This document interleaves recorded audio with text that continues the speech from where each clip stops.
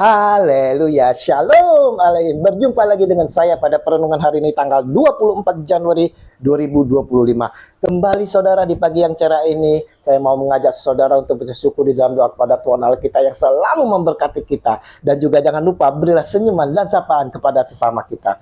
Kita awali perenungan pagi hari ini dengan tanda kemenangan kita. Dalam nama Bapa dan Putra dan Roh Kudus. Amin.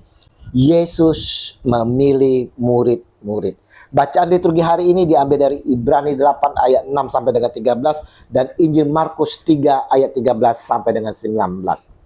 Saudaraku, semakin hari saudara Yesus merasakan semakin banyak orang yang mengikutinya, memerlukan jamahan kasihnya.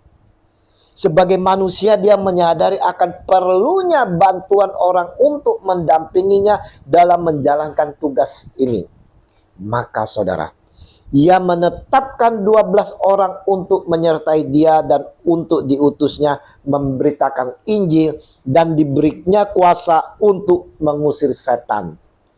Markus 3 ayat 14 sampai dengan 15. Saudaraku yang terkasih, sebelum memilih para rasul saudara, Yesus naik ke gunung terlebih dahulu untuk berdoa. Yesus perlu berbicara dengan Bapanya dalam melakukan tugas perutusannya. Maka dengan keyakinan penuh saudara, setelah berbicara dengan Bapanya, Yesus menetapkan ke-12 rasul untuk menyertainya dalam memberitakan Injil. Yesus pun membekali mereka kuasa untuk mengusir setan. Kalau kita perhatikan saudara, orang-orang yang dipilih menjadi muridnya bukanlah orang-orang yang berpendidikan, bukan dari kalangan ulama, juga bukan dari kalangan orang terpelajar saudara. Mereka adalah nelayan, petugas pemungut cukai yang dicap pendosa. Dan Yesus tahu saudaraku yang terkasih akan karakter dari mereka, di mana ada pendosa, ada yang akan mengkhianatinya. Yesus tahu sebagai Tuhan saudara. Pertanyaannya, kenapa Tuhan Yesus mau memilih mereka yang tak berpendidikan, yang berdosa, bahkan yang mau mengkhianatinya, saudara? Karena pertama, saudara, mau menggenapi rencana kehendak Bapa di surga. Yang kedua, saudara, memilih nelayan karena saudara kecerdasan dari nelayan, saudara. Nelayan memang dikaitkan dengan pekerjaan fisik yang berat. Akan tetapi saudara, nelayan pada abad pertama di Danau Galilea tidak hanya mengandalkan otot dalam mencari nafkah. Dan juga memilih nelayan saudara, Yesus menyadari kualitas diri para nelayan yang mudah bergaul dengan banyak orang. Serta nelayan terbiasa bermitra. Inilah yang diperlukan oleh Tuhan Yesus. Memilih pemungut cukai yang dicap pendosa saudara, karena dia ingin menunjukkan bahwa setiap orang layak mendapatkan kesempatan untuk mengenalnya. Yesus juga ingin menunjukkan bahwa dia akan mengampuni siapa saja yang datang kepadanya, agar mereka dapat meninggalkan pekerjaannya untuk mengikuti Yesus.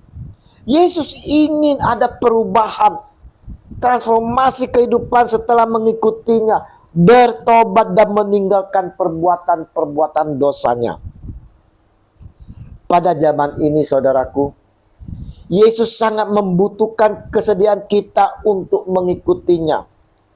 Kita bisa menyaksikan di negara kita ini bahwa semakin banyak orang yang membutuhkan pertolongan. Banyak orang yang dibelenggu oleh sistem yang ada. Banyak orang terpaksa harus berbuat dosa, saudara. Banyak orang yang ikut-ikutan melakukan hal yang tidak benar. Banyak orang hidup dengan seenaknya tanpa peduli akan orang lain. Semuanya ini nyata, saudaraku, terjadi di sekitar kita. Pun ini terjadi di dalam gereja kita. Semakin hari, kita semakin kehilangan tokoh gereja yang andal. Kelanjutan karya Yesus, saudara, tampaknya semakin mengkhawatirkan. Untuk itulah Tuhan pada zaman ini pun membutuhkan kita semua untuk melanjutkan misinya. Apakah kita hanya berdiam diri, saudara? Hari ini saudara, Yesus tidak melihat kepintaran kita. Dia tidak melihat jabatan kita, tapi melihat apa yang ada di hati kita. Yesus tidak melihat jagonya, kepintaran kita berkhotbah, sekalipun kita seorang pendosa, saudara. Tapi dia, saudara, sekali lagi saya katakan, dia melihat hati kita, saudara. Ketulusan hati kita. Dia mau dengan penuh kerinduan, dia mau kita diubah setelah mengikutinya, saudara. Regi hari ini mau mengajak kita semua memperhatikan dan meresponi panggilan Tuhan Yesus.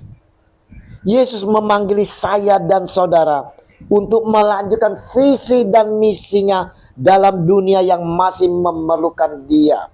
Dunia yang penuh kegelapan, yang menyesatkan. Dan kita telah diutusnya, saudara.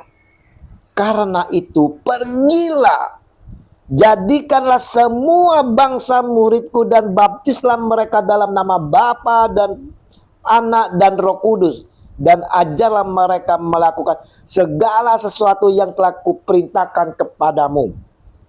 Dan ketahuilah, aku menyertai kamu senantiasa sampai pada akhir zaman. Matius 28 ayat 19 sampai dengan 20. Saudara, hal-hal apa yang harus kita lakukan dalam melanjutkan visi dan misi Yesus? Ingat, saudara, Yesus membutuhkan rasul-rasul yang andal pada masa kini. Yesus membutuhkan hal serius untuk mempersiapkan itu, saudara. Yesus membutuhkan dari kita semua, saudara. Dan Yesus melihat hati kita semua, hati saya dan saudara. Yesus mau memanggil kita semua untuk menjalankan visi dan misinya ini. Kita semua telah dipilih.